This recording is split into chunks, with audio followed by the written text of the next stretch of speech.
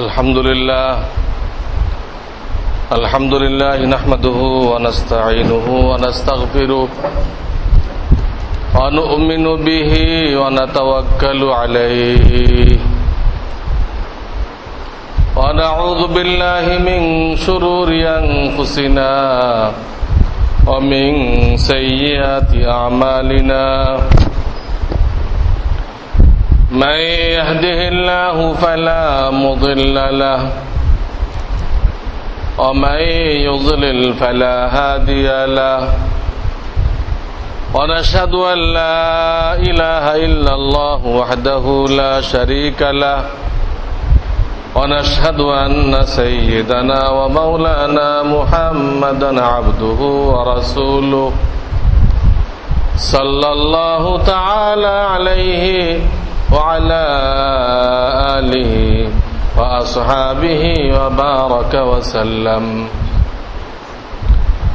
أما بعد فأعوذ بالله من الشيطان الرجيم بسم الله الرحمن الرحيم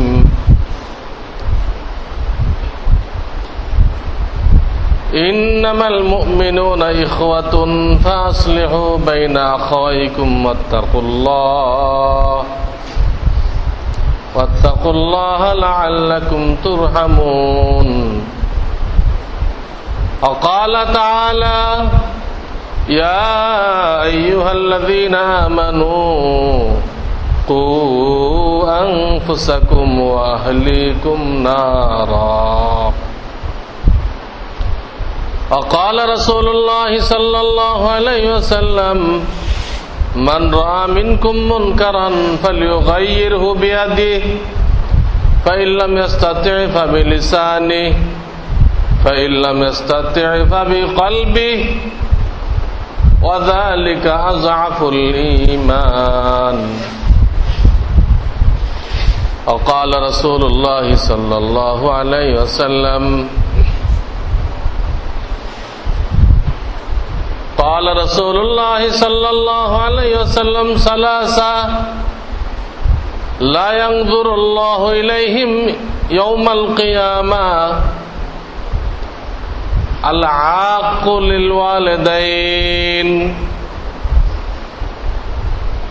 والمترجل من النساء والديوس أو كما قال رسول الله صلى الله عليه وسلم বুজুর্গান মোহতারাম, আল্লাহ রাব্বুল আলামিন আমাদেরকে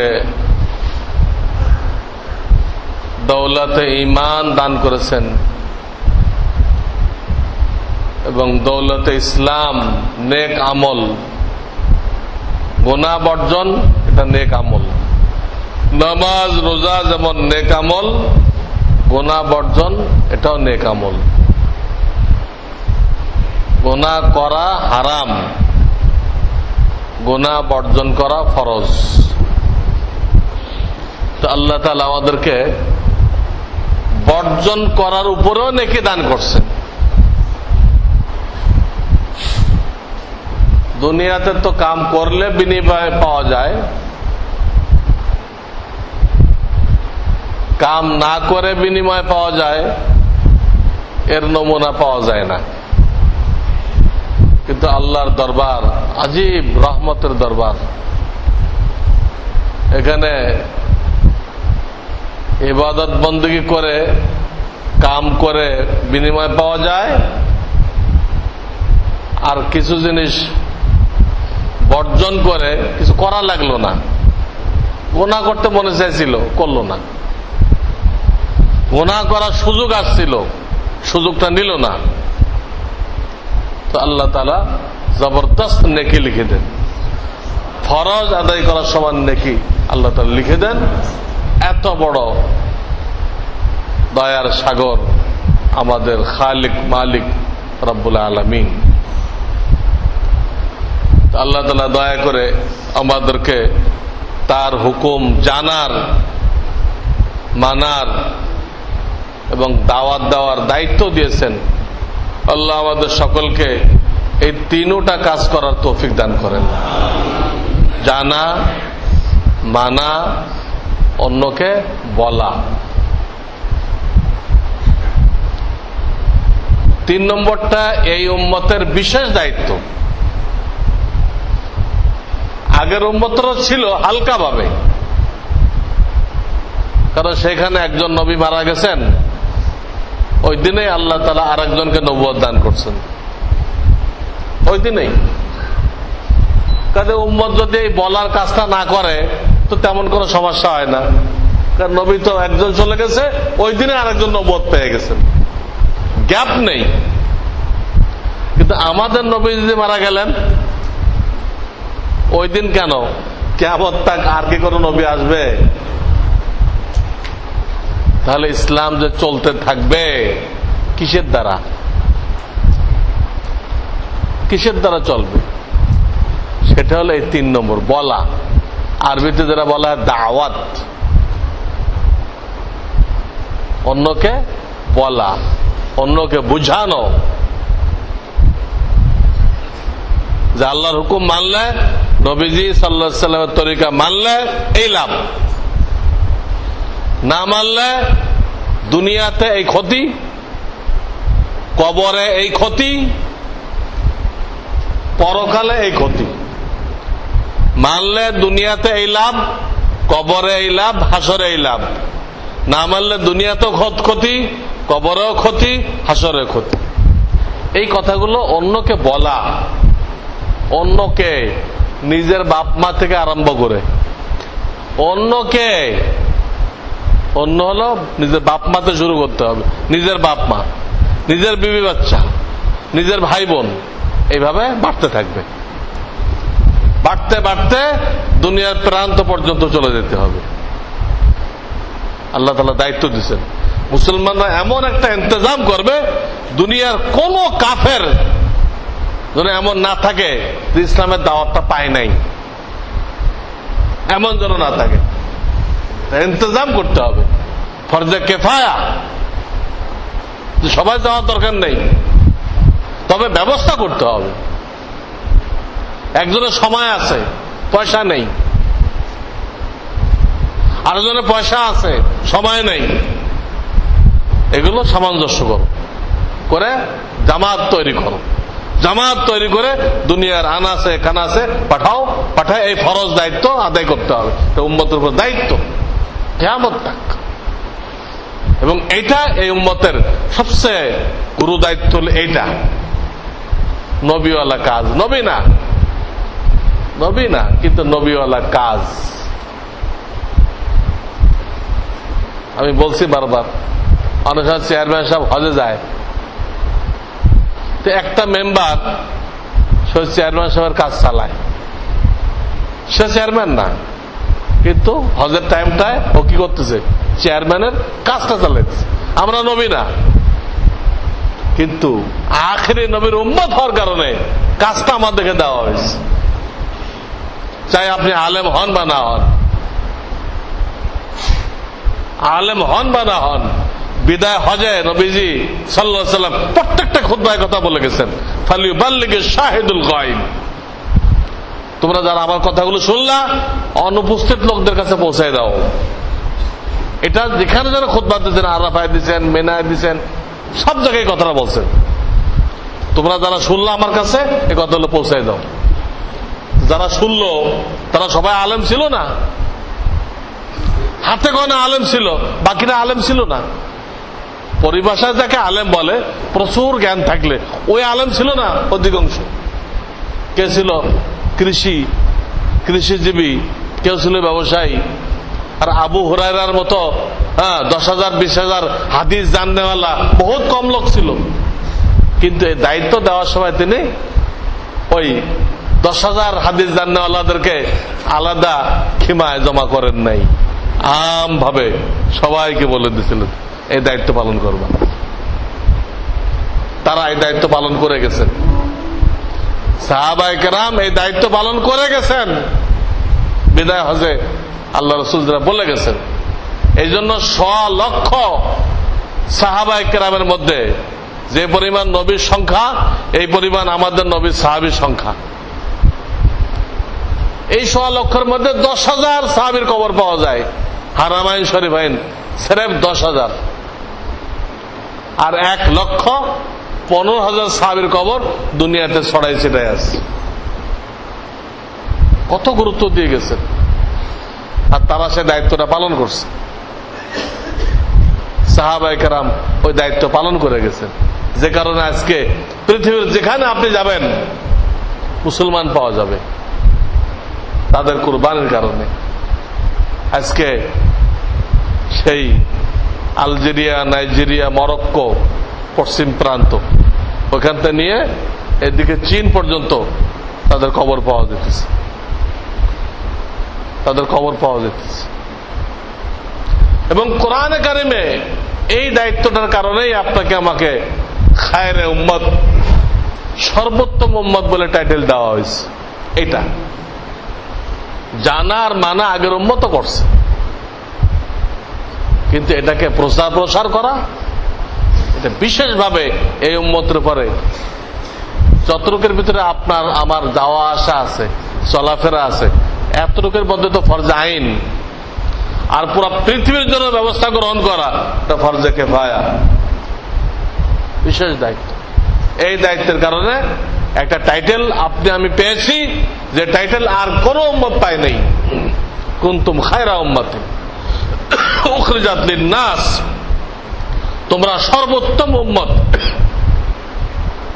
তোমাদেরকে পুরা পৃথিবীর মানুষের কল্যাণের জন্য পাঠানো হয়েছে। উখরিজাত, পাঠানো হয়েছে। আমরা কোন মামুলি উম্মত না, পাঠানো হয়েছে। নবী রাসূল আলাইহিস সালামদের যেমন পাঠানো হয়, এটা পাঠানো হয়েছে উখরিজাত লিন-নাস, পুরা পৃথিবীর মানুষের কল্যাণের জন্য। কি কল্যাণ? কি বাড়ি বাড়ি টয়লেট বানাই দিব এনজিওদের মতো? এটা তো একটা কল্যাণ। বাড়ি বাড়ি টয়লেট বানিয়ে দিলাম, টিউবওয়েল কেটে দিলাম, এটাও কল্যাণ, কিন্তু নেহাত ক্ষুদ্র কল্যাণ। আসল কল্যাণ কোনটা? আল্লাহ কোরআনে বলেছেন, ফামান যুহজিহা আনিন নার ওয়া উদখিলাল জান্নাতা ফাকাদ ফাজ। কাউকে জাহান্নাম থেকে বাঁচায়ে জান্নাতের মালিক বানাই দেওয়া হলো, জান্নাতের রাস্তায় চলার ব্যবস্থা করে দেওয়া হলো। এইটা হলো আসল কল্যাণ, সবচেয়ে বড় কল্যাণ এইটা। এই কল্যাণ করতে হবে। তার পাশাপাশি যদি টয়লেট বানাই দেন, নিষেধ হবে না। গরিবের বাড়িতে টয়লেট বানাই দিলেন, আজকাল অনেকের কাছে সুদের টাকা থাকে, খরচ করার জায়গা পায় না, বানাই দেন। কাফেররা কোটি কোটি টাকা ব্যয় করতেছে তাদের গলত ধর্ম প্রচার করার জন্য, কোটি কোটি টাকা প্রচার করতেছে তাদের গলত ধর্ম প্রচার করার জন্য, গলতটা। এবং তাদের মধ্যে যারা আলেম না, তারা পর্যন্ত মেহনত করতেছে, তারা পর্যন্ত মেহনত করতেছে এই গলত ধর্মের জন্য। খ্রিস্টানরা যেখানে সেবা দেয়, সেবা দিয়েই কয়েকদিন পরে বাইবেল গোছাই দেয় হাতের মধ্যে, সেবা দিয়েই এই বাইবেল নেন। তারা জানে যে বিশ্ব জয় করতে হলে প্রথম সেবা দিতে হবে, তারপরে ধর্ম দিতে হবে। ধর্মের আবরণ ছাড়া আগে বাড়তে পারবে না, এরাও বুঝে। অথচ এই কাজটা আমাদের, আমরা পুরা বিশ্বকে সামনে রেখে, পুরা বিশ্বকে টার্গেট করে এই কাজটা করতেছি। এটা না করার ধরুন কি হয়েছে, আমরা নিজেরাও থাকতে পারতেছি না। যদি বিশ্বের উপরে মেহনত করতাম, আমরা নিজেরাও কায়েম থাকতে পারতাম। বিশ্বের উপরে মেহনত না করার দরুন এটা উল্টা দিক আসছে। এখন আমাদের নিজেদের থাকার সুযোগ থাকতেছে না। পাশের বাড়ি আগুন লাগছে, যদি আপনি নিভান, ও বাঁচবে, আপনিও বাঁচবেন। আর যদি আপনি নিভাইতে না যান, ও মরবে, ওই আগুনে আপনিও মরবেন। আমাদের এই দশা হয়েছে। মুসলমানদের আগুন নিভানোর দায়িত্ব দেওয়া হয়েছিল। এদেশে দমকল বাহিনী পুরা সামান দেওয়া হয়েছে, এটা সামান নিয়ে বসে রয়েছে, দেখতেছে কত জায়গায় আগুন লাগছে, সব দেখতেছে, বসে রয়েছে। আর ওই আগুন তার ঘরে লেগে গেছে। মুসলমানরা এই কাজটা করতো, আজকে আমাদের উপরে ওই আগুনটা আসতো না, ওই বিপদটা আসতো না। কয়েকদিন হলো যেখানে যাই একই প্রশ্ন, একই প্রশ্ন, একই প্রশ্ন। ইসলামী লেবাস কি প্রশ্ন হইতেছে, ইসলামী লেবাস কি এই প্রশ্ন হইতেছে। কেন হইতেছে আপনারা ভালো জানবেন, আপনারা পত্র পত্রিকা পড়েন। কিন্তু আমি যেহেতু একজন মুফতি, আমি যেখানে যাই আমার কাছে লোকেরা প্রশ্ন করে যে ইসলামী লিবাস কি। আমি তাদেরকে জবাব দিয়েছি, তারপর ডিস্টার্ব দেয় কেন? ইসলামে কয়েকটা শর্ত দিছে, লেবাস পোশাক নির্দিষ্ট করে নাই, কয়েকটা শর্ত দিছে। যেমন সতর যেন ঢাকে, ঢাকতে গেলে তিনটা জিনিস খেয়াল করতে হবে, শর্ট না হয়। আপনি এমন একটা পরলেন যে হাঁটু খুলে গেছে, হাফ প্যান্ট হবে, সতরটা ঢাকতে হবে, শর্ট না হওয়া চাই। 2 নম্বর, টাইট না হওয়া চাই। বেশি টাইট হলে ওই লেবাসের উপর দিয়ে সতর ফুটে ওঠে। সতর ফুটে ওঠা এটাও শরীয়তে নিষেধ, যেটা মানুষের নজরে আসে। জামা লম্বা কেন পড়তে হয়? যাতে সেজদা করার সময় পিছন থেকে কাপড়ের উপর দিয়ে তার সতর নজরে না আসে, এই জন্য জামা লম্বা হওয়া জরুরি। 2 নম্বর শর্ত হলো যে টাইট না হওয়া। 3 নম্বর শর্ত পাতলা না হওয়া, পাতলা, তাহলে কাপড়ের ভিতর দিয়ে সতর দেখা যাবে। যদি নেটের মতো শাড়ি পরে বা লুঙ্গি পরে নেটের মতো, তো কি হল, ওর ভিতর দিয়ে দেখা দিতেছে। এই টাইট না হওয়া, শর্ট না হওয়া, পাতলা না হওয়া, 3টা হলো। 4র্থ শর্ত হলো দিলের মধ্যে অহংকার পয়দা না হওয়া। এমন লেবাস পড়তে হবে যেটাতে অহংকার পয়দা না হয়। যে লেবাস পরলে আপনার দিলের মধ্যে অহংকার পয়দা হয়, নিজেকে দামি মনে হয়, এমন লেবাস পরা জায়েজ নেই। যে পরবে আল্লাহ তাকে হাসরের ময়দানে অপমান অপদস্থের লেবাস পরাবেন।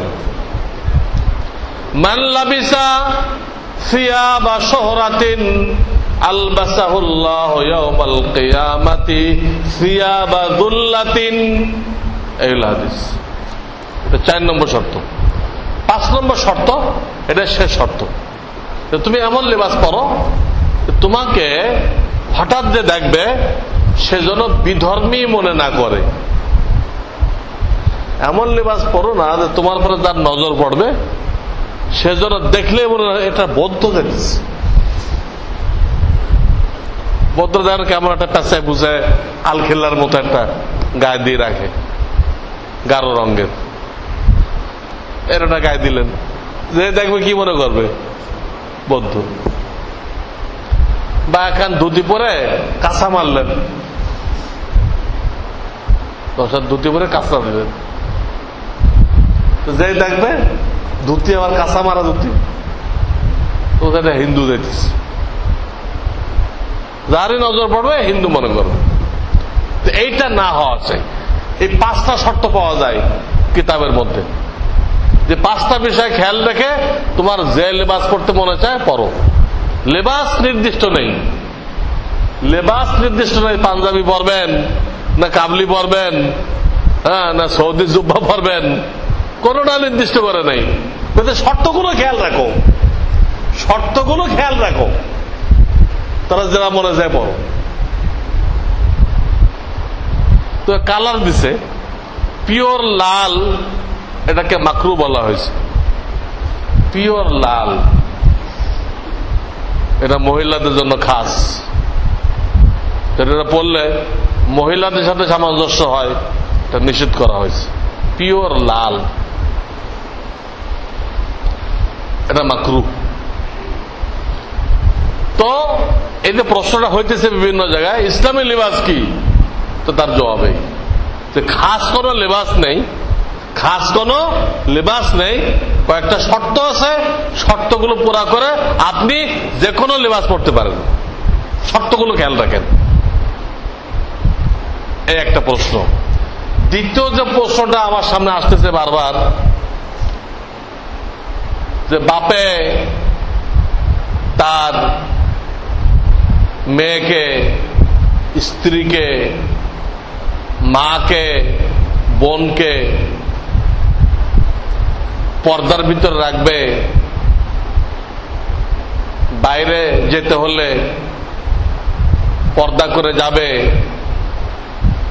এটা গৃহকর্তার উপরে, বাপের উপরে কতটুকু দায়িত্ব?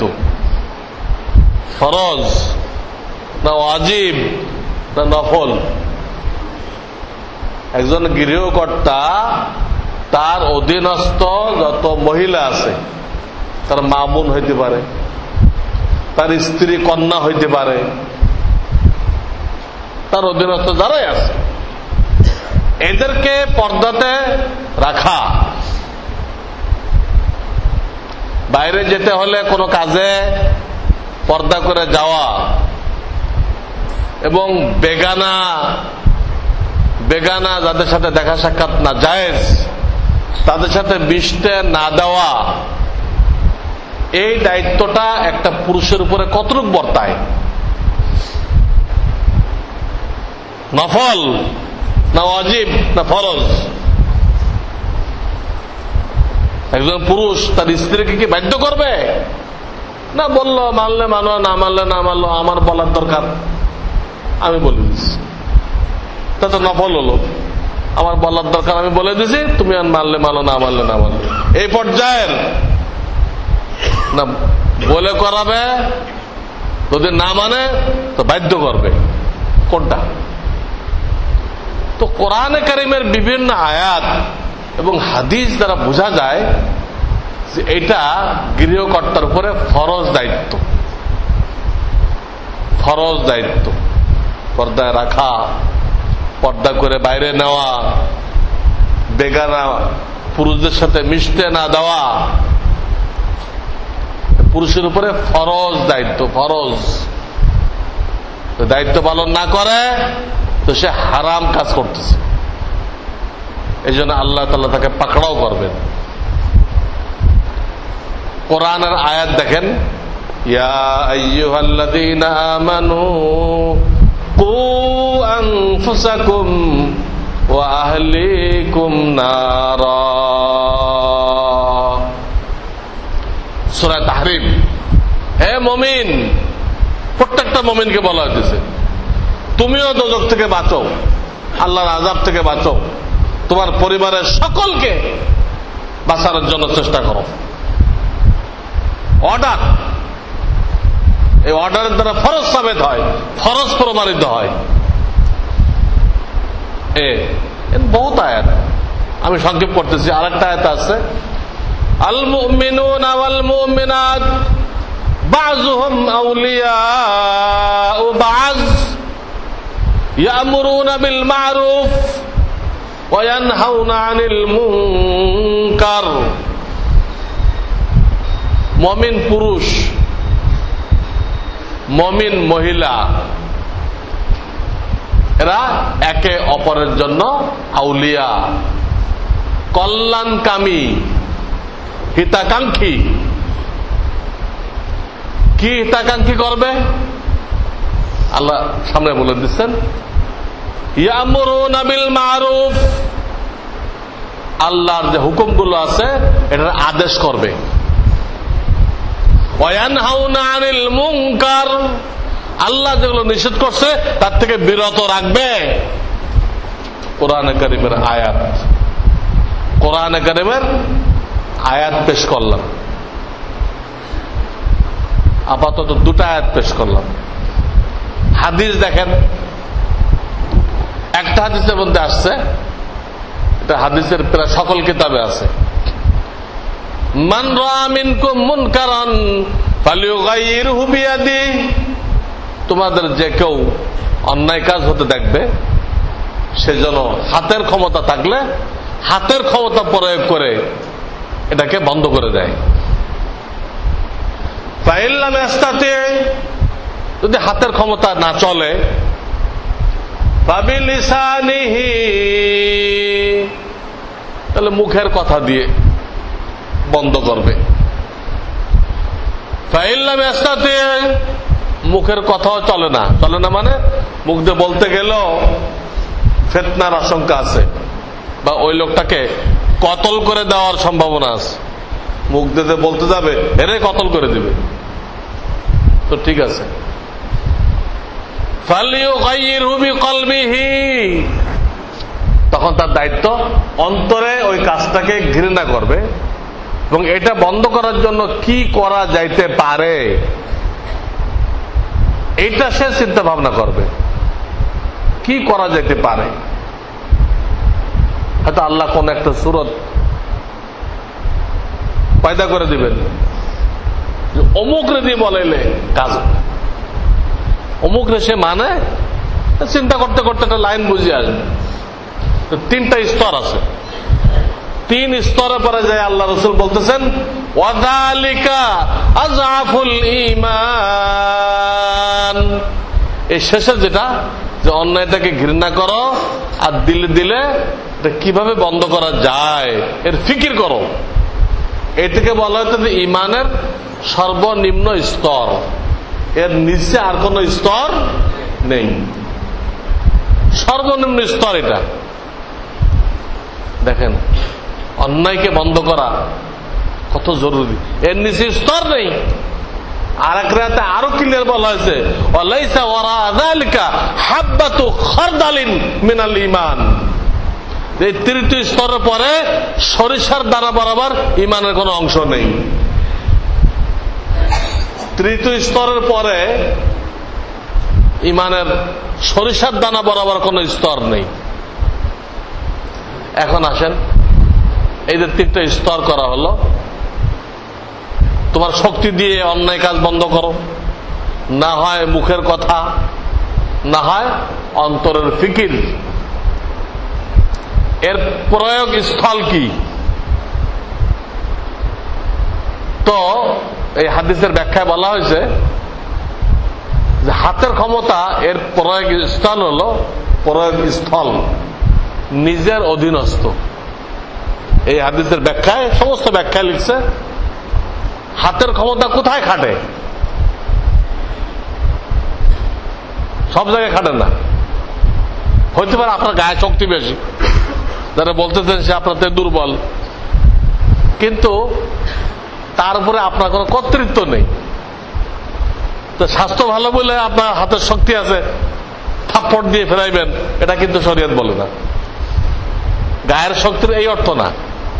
গায়ের শক্তির অর্থ হলো যারা আপনার অধীনস্থ তারা আপনার মুখের কথা না মানলে শরীরের শক্তি ব্যবহার করবেন, বাই ফোর্স, বাধ্যতামূলক করাইবেন, যেন আপনার বিবি আপনার অধীনস্থ। এনজিওরা তালিম দেয় সমান অধিকার, এগুলো শরিয়াতের কথা না, শয়তানের কথা। শরিয়াতের কথা হলো স্ত্রী আপনার অধীনে, স্ত্রী আপনার অধীনে।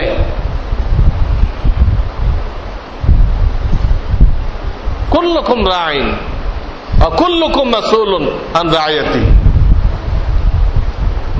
এই হাদিসে আছে প্রত্যেককে তার বিবি সম্পর্কে জিজ্ঞেস করা হবে, তাকে দিনদার বানানোর জন্য তুমি কি চেষ্টা করেছিলে। এখানে হাতের ক্ষমতা ব্যবহার করতে হবে। আপনার ছেলে মেয়ে নামাজ পড়ে না, পর্দা করে না, কথা বললেন, কাজ হলো না, হাতের ক্ষমতা ব্যবহার করতে হবে। এখানে অধীনস্থ। শিক্ষকের জন্য ছাত্র অধীনস্থ, আমাদের যারা ছাত্র আমাদের অধীনস্থ। পীরের জন্য মুরিদ, মুরিদ তার অধীনস্থ, অর্ডার করবে। মুরিদ মানে কি? বায়াত মানে কি? বায়াত মানে বিক্রি করা। তো বায়াত হওয়া মানে কি? ওই লোকটা তার মনের চাহিদাকে তার পীরের কাছে বিক্রি করে দিচ্ছে। আপনি যারা বলবেন ওটা করব, মানা করবে, এটা করব না। কেন বিক্রি করছে? যাতে সে বেহেশত পেয়ে যায়, দোজখ থেকে বেঁচে যায়। দোজখ থেকে বাঁচার জন্য, বেহেশত লাভ করার জন্য সে নিজের মনের খায়েশাতকে, চাহিদাকে পীরের কাছে বিক্রি করে দিছে। আমরা সবাই শব্দটা জানি, তো বায়াত হয়েছে, বায়াত হয়েছে, কিন্তু বায়াত অর্থ কি? অর্থ জানি না আমরা। যারা জানে তার বয়াত মানে গান হবে মনে হয়, বয়াতিরা গান গায়। যে কজন জানে তারা জানছে গান। নাউজুবিল্লাহ মিন যালিক। শরীয়তে গান আছে নাকি? শরীয়তে তো গানের বিরুদ্ধে কত হাদিস আছে, যে গান মানুষের দিলের ভিতরে জিনা পয়দা করে, জিনা পয়দা করে। নাউজুবিল্লাহ মিন যালিক। তো বায়াতের অর্থ তা না বিক্রি করে দেওয়া। আপনারা নিজস্ব কোনো ইচ্ছা থাকবে না, শায়েখ যা বলবে ওটাই ফয়সালা, বায়াত। তো মুরিদরা শায়েখের অধীনস্থ। এইভাবে তারা অধীনস্থ। সেখানে কথায় কাজ না হলে শক্তি প্রয়োগ করতে হবে। কিন্তু এর বাইরে যারা আছে তারা আপনার অধীনস্থ না, তারা আপনার অধীনস্থ না। একই অফিসে দুজন চাকরি করেন, সেও অফিসের একজন চাকরিজীবী, আপনিও চাকরিজীবী, আপনি তার বসও না। বস হলে তো অধীনস্থ হইত। তো এখানে যদি আপনার শক্তি বেশিও থাকে ও শক্তি কম, তো এটা বলা হবে না যে আপনি শক্তি ব্যবহার করেন। আপনার মুখের কথা, যেখানে অধীনস্থতা নেই, শরীয়তের দৃষ্টিতে যারা অধীনস্থ বলে এটা যেখানে নেই, সেখানে হাতের ক্ষমতা প্রয়োগ করা নিষেধ। শরীরের বাহ্যিক ক্ষমতা না, এখানে উদ্দেশ্য অধীনস্থ যারা, সেখানে এই হুকুম। অধীনস্থ না আপনার ক্লাস ফ্রেন্ড, আপনার কলিগ, আপনার বন্ধু, আপনার চাচাতো ভাই, কেউ আপনার অধীনে না। এখানে আপনার হাতের ক্ষমতা প্রয়োগ করার কোনো সুযোগ নেই, কোনো সুযোগ নেই। মুখে বলবেন, দাওয়াত দিবেন, বুঝাবেন, এই পর্যন্ত।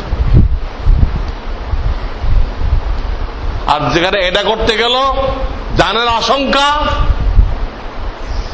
জানের উপরে হামলা হবে, যদি কেউ শহীদ হয়ে যায় সেটা ভিন্ন কথা। আমি বলবো দরকার আমাকে শহীদ করে ফেলবে, তো সে শহীদ হয়ে যাবে, মুজাহিদ হয়ে যাবে, কিন্তু তখন বলাটা জরুরি থাকে না, বলাটা জরুরি না। এই রিস্ক যেখানে আছে বলা জরুরি না, সেখানে সে অন্তরে কাজটাকে ঘৃণা করবে আর দিলে দিলে চিন্তা করবে। আমি হাদিসে যে ব্যাখ্যা পেশ করলাম, ক্লিয়ার বোঝা গেল যে আমাদের অধীনস্থ যারা আছে, ছেলে মেয়ে, বিবি বাচ্চা, এদেরকে নামাজ পড়তে বলা, রোজা রাখতে বলা, শরীয়ত মোতাবেক চলতে বলা, এটা আমাদের দায়িত্ব। বলাও দায়িত্ব, না মানলে জবরদস্তি মানানো দায়িত্ব। জবরদস্তি মানানো, করানো দায়িত্ব। হ্যাঁ, এটা মূলত জবরদস্তি না, এটা মূলত কি না, দেখতে জবরদস্তি, আসলে কি না জবরদস্তি না। এটা তো কল্যাণ কামনা করা, কল্যাণ কামনা করা। অনেক কাফেররা যুদ্ধের ময়দানে তারা পরাজিত হয়ে শিকল দিয়ে বেঁধে মুসলমানদের দেশে আসে। পরে মুসলমানদের আখলাক দেখে মুসলমান হয়ে যায়। এই দেখে বাইন্ধে নিয়ে আসলো, আনার কারণে মুসলমানদের চরিত্র দেখে মুসলমান হয়ে গেল। তো বাহ্যিকভাবে বাইন্ধে আনাটা তো তার ইচ্ছার বিরুদ্ধে হয়েছে, কিন্তু ক্ষতি করা হয়েছে না লাভ করা হয়েছে? হ্যাঁ, লাভ হয়েছে, লাভ হয়েছে। আপনাকে বাইন্ধে নিয়ে গেল, নিয়ে 5 লাখ টাকার একটা ব্যাগ দিয়ে ছাড়ে দিল। জবরদস্তি বলা হবে? আমার জবরদস্তি করা হয়েছে। আমি তো প্রত্যেক দিন এনে একটা জবরদস্তি চাইবেন। মূলত জবরদস্তি না, দেখতে এরকম দেখা যায়। হ্যাঁ, ডাক্তাররা তো বেহোশ করে ফেলে, কিন্তু শিকলতে বান্ধার থেকে আরো মারাত্মক দিয়ে অপারেশন করে। শিকলতে বান্ধার থেকে আরো মারাত্মক কিন্তু বেহোশ করা। কিন্তু বলা হবে যে তারা জবরদস্তি করছে না, বলা হবে কল্যাণ কামনা করছে। ছেলে মেয়ে বিবি বাচ্চা তাদেরকে বাধ্য করা হইতেছে, এটাই কল্যাণ কামনা, এটাই হিতাকাঙ্ক্ষিতা। এই হাদিস দ্বারা পরিষ্কার বোঝা গেল যে আমাদের ফরজ দায়িত্ব, তাদেরকে শরীয়ত মোতাবেক চালানো ফরজ দায়িত্ব। চাকরিতে না গেলে আপনি বকা দিতে পারেন, কিন্তু নামাজ পড়ে না, কিছুই বলেন না। মেয়ে পর্দা করে না, কিছুই বলেন না। এটা আল্লাহ তাআলা মানবেন না, আপনাকে গ্রেফতার করবেন। চাকরিতে গেল না, তুমি বকলে, নামাজ পড়ে না, পর্দা করে না, কিছুই কইলে না। আর একটা হাদিস পড়ছিলাম, সময় কম। এই হাদিসটা নাসাই শরীফে আছে, সহিহ হাদিস। নবী করিম সাল্লাল্লাহু আলাইহি ওয়াসাল্লাম বলেন, হাশরের ময়দানে আল্লাহ তাআলা 3 ব্যক্তির দিকে দৃষ্টিপাত করবেন না। এত রাগান্বিত হবেন যে তাকায়ও দেখবেন না, তার গুনাহ খাতাও মাফ করবেন না। 3 ব্যক্তির দিকে। 1 নম্বর, যে বাপ মাকে কষ্ট দেয়, বাপ মায়ের অবাধ্য, আল আকুলিল ওয়ালিদাইন। 2 নম্বর, ওই মহিলা যে পুরুষদের সুরত ধারণ করে, মহিলা কিন্তু সে তার লেবাস পোশাক সব কি পুরুষের। আজকাল খুব দেখা যায় এটা। এরা মনে হয় আল্লাহ খুবই নারাজ, তাহলে কিনলে আমার মেয়ে বানাইলো, যাক অন্তত আমি লেবাস দিয়ে কি হই, পুরুষ হই। মেয়েরা সব পুরুষের লেবাস পড়তেছে, আর পুরুষরা হ্যাঁ কানে দুল পড়তেছে, গলায় হার পড়তেছে, হাতে ব্রেসলেট পড়তেছে, মহিলাদের ছিট কাপড় দিয়ে জামা বানাই দিতে। পুরুষরা হইতেছে মহিলা, মহিলারা হইতেছে পুরুষ। কেউ আল্লাহ রাজি নেই, কেউ আল্লাহর উপরে রাজি নেই। নাউজুবিল্লাহ মিন যালিক। এটা হলো 2 নম্বর, মহিলা হয়ে পুরুষের সুরত ধারণ করা, পুরুষ হয়ে মহিলার সুরত ধারণ করা। 3 নম্বর, দায়ুস। দায়ুস এই হাদিস আছে। কাকে বলে দায়ুস? ওর ব্যাখ্যাও আছে, যে তার অধীনস্থ মহিলাদেরকে বেগানা পুরুষদের সাথে মেলামেশা করতে নিষেধ করে না, নিষেধ করে না। অধীনস্থ মহিলা, এর মধ্যে মা আছে, এর মধ্যে বোন আছে, এর মধ্যে স্ত্রী আছে, এর মধ্যে নিজের মেয়ে আছে, নাতি নাতকুর আছে। এরা বেপর্দা চলাফেরা করলো, বেগানা পুরুষদের সাথে আড্ডাবাজি করলো, সব আপনি দেখতেছেন, কিছুই বলতেছেন না। এই টাইপের পুরুষদেরকে আল্লাহ রাসূল এই হাদিসে দায়ুস বলছেন। দায়ুস এবং তার সম্পর্কে হাদিসে বলা হয়েছে যে আল্লাহ তাআলা হাশরের ময়দানে তার দিকে তাকাবেন না, রহমত নাযিল করবেন না, তার গুনাহ খাতা মাফ করবেন না। তাহলে তাদেরকে বাধ্যতামূলক এগুলো করানো কি নফল বুঝতেছেন না ফরজ বুঝতেছেন? এত কঠিন কথা যে আল্লাহ তার দিকে তাকাবেন না, তাহলে সেই দায়িত্বটা নফল হয়? নফলের উপরে এত কঠিন কথা আসে? নফল তো করলে করলো, না করলে না করলো। তাকাবেন না আল্লাহ, তো গুনাহ খাতা মাফ করবেন না, তাকে সিধা দোজখে পাঠিয়ে দেবে, যাও জেলখানায় যাও। সুতরাং এটা আমাদের দায়িত্ব, এদেরকে নিজের ছেলে মেয়েকে বিবিকে শরীয়ত মোতাবেক পরিচালনা করা এটা আমাদের উপরে ফরজ দায়িত্ব, বাধ্যতামূলক করতে হবে। এটি কোরআন আমি দুটো আয়াত পেশ করছি এবং হাদিস শরীফ থেকে দুটো হাদিস পেশ করছি। মাননে ওয়ালার জন্য একটা আয়াত বা একটা হাদিস যথেষ্ট। কিন্তু এখন দুনিয়াটা হয়ে গেছে কি অনধিকার চর্চা। পুরা দুনিয়ার নিজাম হলো অনধিকার চর্চা। যার গায়ে জোর আছে সে এক একটা চাপাই দিচ্ছে, সে চাপাই দিচ্ছে, অথচ এখতিয়ার নেই, এখতিয়ার নেই। এটা দুনিয়াতে খুব চলতেছে এখন। ইসলাম এটাকে একদম নিষেধ করে দিচ্ছে, তো অনধিকার চর্চা করবে না। অনধিকার চর্চা বুঝেন না? এই যে সামনে রেল লাইনের জায়গা আছে, আছে না? আপনি এতে 3 বিঘা একজন বেচে দিলেন, তোমার কাছে বেচলাম, আমার টাকা দাও, 3 বিঘা 3 কোটি টাকা দাও। সবাই আপনার পাগল বলবে, তুমি এটা সরকারি জায়গা কিসে বেচতেছ, তোমার এখানে অধিকারটা কি? ইসলামে কোনো অনধিকার নেই। এই জন্য দেখেন, একটা লোকের বাড়িতে আপনি ঢুকবেন, ফুস করে ঢোকার অনুমতি নেই, সালাম দিতে হবে, পারমিশন নিতে হবে, তারপর ঢুকতে হবে। হঠাৎ ঢুকে গেলেন না, জায়েজ। অনধিকার চর্চা, অনধিকার চর্চা হারাম। যৌতুক হারাম কেন? যৌতুক যার কাছে আদায় করতেছেন তার দেওয়ার ইচ্ছা নেই, কিন্তু আপনি চাপ প্রয়োগ করে তার থেকে টাকাটা দিচ্ছেন, তাহলে তার মালের উপরে অনধিকার চর্চা করলেন। তার মালের উপরে অনধিকার চর্চা করলেন। এই জন্য যৌতুক কি হয়ে গেছে?